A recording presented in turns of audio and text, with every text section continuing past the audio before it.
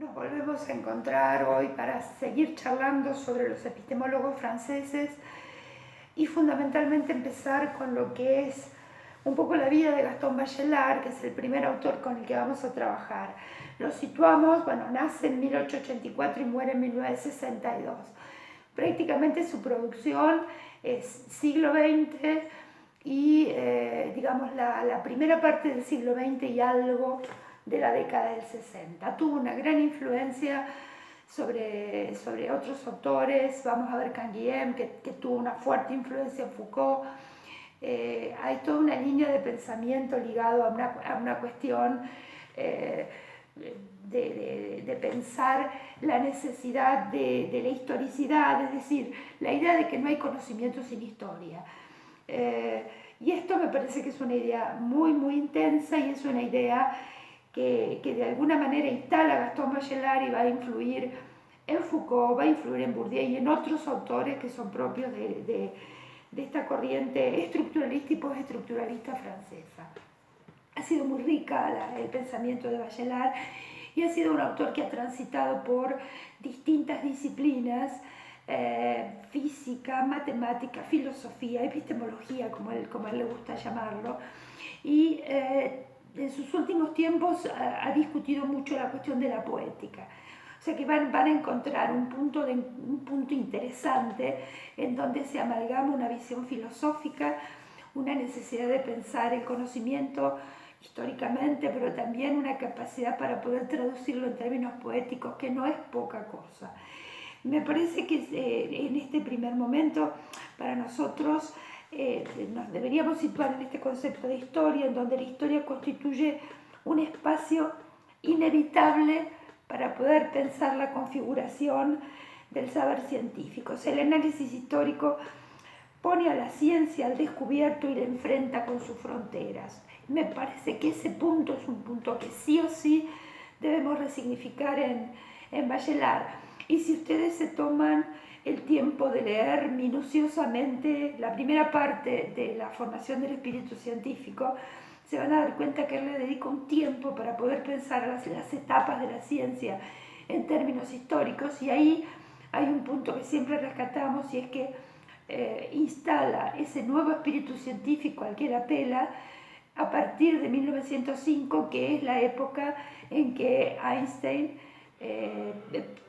publica la primera versión de lo que fue su teoría de la relatividad. Para Bachelard ese momento es un momento intenso y es un momento en donde se constituye el espíritu científico, pero no podríamos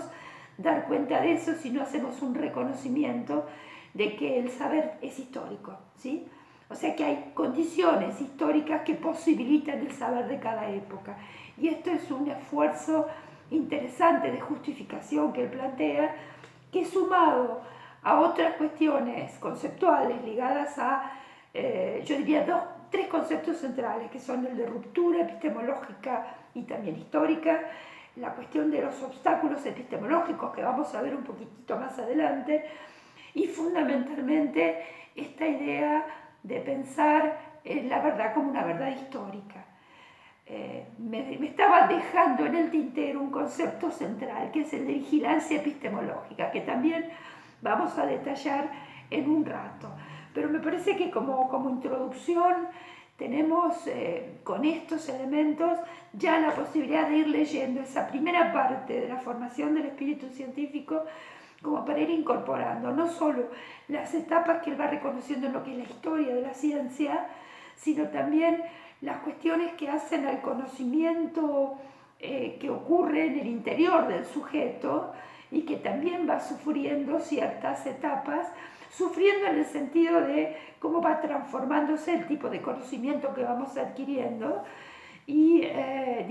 lo que ocurre en el acto del conocimiento, pero también lo que ocurre en el alma de cada uno, es decir, cómo vamos en términos de proceso modificando ciertas estructuras que hacen al conocimiento en sí. También hay un punto que ustedes van a poder rastrear en esta concepción de la historia de la ciencia, que tiene que ver con un cambio en la relación entre sujeto y objeto, ¿sí? Ya no hay un objeto separado del objeto, sino que hay un sujeto muy intenso que es un sujeto histórico. Por lo tanto, en el proceso de construcción del conocimiento, este sujeto va a tomar ciertas decisiones y hay ciertas determinaciones que están influyendo, y de alguna manera también va a tener que pensar cómo se va dando de una manera consciente, lo va a tener que hacer, consciente, racional, para poder entender exactamente de qué se trata esto del conocimiento científico. En este primer momento yo les sugiero la lectura de esa primera parte para poder entrar en una segunda parte en donde podamos encontrarnos con ciertas cuestiones en donde para Bachelard sí o sí el sujeto de conocimiento le está poniendo una impronta muy, muy intensa.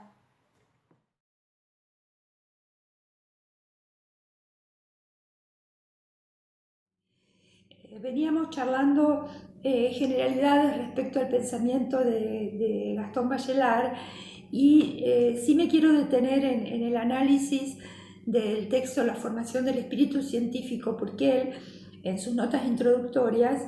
marca con bastante claridad la cuestión ligada a cómo pensar este fenómeno de constitución del espíritu científico, cómo vamos pasando, digamos, de esta idea bien concreta a una idea más representada, pero que no es suficiente para ser considerada como científica, y finalmente cómo se va dando este proceso de construcción que requiere un espíritu científico que vaya depurando errores, que vaya trabajando a partir de la razón y que vaya poniendo en tensión, pero en una tensión, yo diría, muy profunda, esta cuestión de el reconocimiento de lo que él después va a denominar obstáculos epistemológicos, que los vamos a trabajar un poquitito más adelante, pero que le permite a él hacer una mirada histórica para poder ir recuperando qué es lo que fue ocurriendo, digamos, para darle más claridad, lo plantea él, en las distintas etapas históricas del pensamiento científico. Fíjense que él va a distinguir tres. Curiosamente está analizando, todo lo hace en términos de distintos estados y en todos aparecen tres estados. El primer estado, fíjense que es un periodo histórico bien largo, porque está representando lo que para él es el estado precientífico. Aquí no hay ciencia, es un estado precientífico que viene desde la antigüedad clásica y prácticamente avanza hasta el siglo XVIII. O sea, es un periodo larguísimo del pensamiento humano. Y el segundo periodo, que para él es el estado científico, coincide con lo que nosotros veíamos en el texto de Pardo sobre el paradigma moderno, de ciencia moderna. En ese siglo XVIII va a aparecer este estado científico que se va a extender, fines del siglo XVIII, que se va a extender hasta casi comienzos del siglo XX. Ahí todavía no está constituido lo que para Bachelard va a ser el espíritu científico real, concreto. Y ahí lo que va a decir es que hay un episodio que se produce en el año 1905, que es la teoría de la relatividad de Einstein, que realmente va a deformar conceptos que ya estaban constituidos, que estaban previamente fijados y que se suponía que eran para siempre. Es decir, produce una ruptura conceptual con las teorías de la física que se venían desarrollando por la época y que eran concebidas como las teorías. Por lo tanto, en ese proceso de ruptura, él, con ese pensamiento de Einstein, con esa teoría de la relatividad, va a sugerir que tenemos que empezar a pensar en que ese es el inicio de la era del nuevo espíritu científico. Pero también a esta periodización que él va realizando en términos de lo que son las etapas históricas del pensamiento científico, le va a sumar algo que me parece que es como para reflexionar, porque dice que esos tres estados del pensamiento, digamos, del espíritu científico, se le van a sumar también tres estados que se van dando en la formación individual del científico, y él lo va a denominar concreto abstracto y, digamos, el estado abstracto, que se relaciona con lo que para él sería el nuevo espíritu científico, ¿sí? Y ahí me parece que nosotros podemos identificar también por qué él va a hablar de un proceso de geometrización y de un proceso de matematización en lo que es el lenguaje con el que se expresa la ciencia. En estos 3 periodos podemos rápidamente identificar un espacio concreto en donde, digamos, el espíritu científico, el espíritu individual, se encuentra con los objetos y los reconoce a partir de una linealidad absoluta. En el segundo espíritu hay un proceso en donde la representación va a ir apareciendo, por lo tanto hay una distancia entre el concreto, pero no llega a romperse esta capacidad para ser pensada solo con un elemento abstracto. Y finalmente, el último momento, que es el momento abstracto. Yo siempre les digo que en ese sentido hay un autor que ha colaborado mucho para esclarecernos en esto, que tiene que ver con la enseñanza de las matemáticas, y es Laurent Piaget, que en su estructura de análisis para ver cómo se da el aprendizaje de las matemáticas en los niños, hace aparecer esto, es decir, cómo aprendemos el concepto número y cómo podemos manejarnos con números que no tienen existencia real. Eso implica, pero de una manera muy clara, que hay un proceso de abstracción que va a partir de un reconocimiento de lo concreto hasta llegar a una abstracción que no necesariamente va a necesitar de lo concreto para poder sobrevivir. Y esto me parece que también es importante ligarlo con lo que el autor va a decir un poquito más adelante en esa introducción, que tiene que ver con los intereses que se relacionan con la base afectiva, que están en todo este espíritu del individuo que conoce. Y ahí fíjense que hay también 3 estados del alma que se relacionan estrechamente con estos anteriores que veníamos mencionando, y que tienen que ver con el alma pueril, un alma mundana, un alma profesoral y un alma en trance de abstraer. O sea que esos 3 estados del alma se condicen con esos 3 periodos históricos y con esos 3 periodos individuales, esos procesos individuales que se van realizando, y que efectivamente para él son importantes de destacar. Porque para lograr ese espíritu científico que él sugiere que debemos tener, primero debe aparecer un proceso de ruptura con lo anterior, debe haber un reconocimiento de que buena parte de los errores que estamos asumiendo como verdades deben ser removidos y deben ser retrabajados, y también que no hay verdades absolutas. La cuestión de la verdad la vamos a discutir un poco más adelante, porque él lo va a mencionar más adelante en la obra, pero tengan en cuenta esto, es decir, esto se relaciona con lo que mencionábamos al principio. Es un rupturista, pero también es un constructivista. Por lo tanto, debe operar este proceso de ruptura. Si no nos hubiera dado este último periodo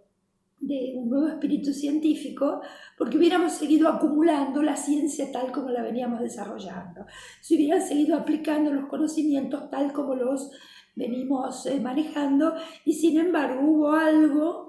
que permitió producir un quiebre, una fisura, e instalar un nuevo modo de pensar esa realidad. Y esto se logra porque hay una razón que está dando cuenta de esos procesos de ruptura, está trabajando en esos procesos de ruptura, y también hay un sujeto que necesariamente está trabajando con su razón para producirlos. O sea, fíjense que aquí, al principio les mencionaba que esa relación sujeto-objeto ya no es la misma que veníamos viendo en otros autores, sino que hay un sujeto que se involucra y hay un proceso de construcción del objeto. O sea, vayan manejando estas cuestiones que se van a ir dando en el resto de los autores que nosotros vamos a seguir trabajando en este periodo. O sea que en principio lo que les quería mencionar básicamente es esto, es decir,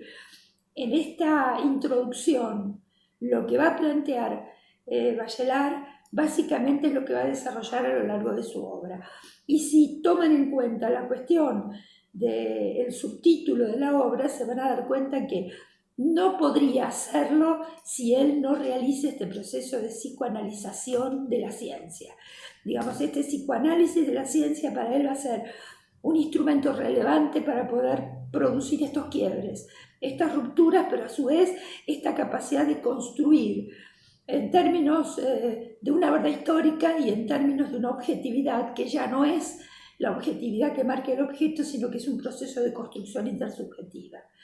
Me parece que de esta primera parte del texto podemos sacar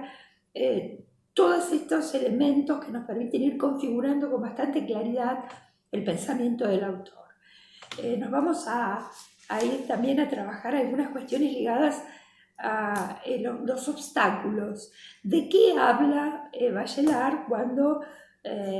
discutimos las cuestiones relacionadas con obstáculos? Diego nos va a acompañar en esto y nos va a poner digamos, en situación para poder analizar bien la cuestión del obstáculo epistemológico en Bachelard.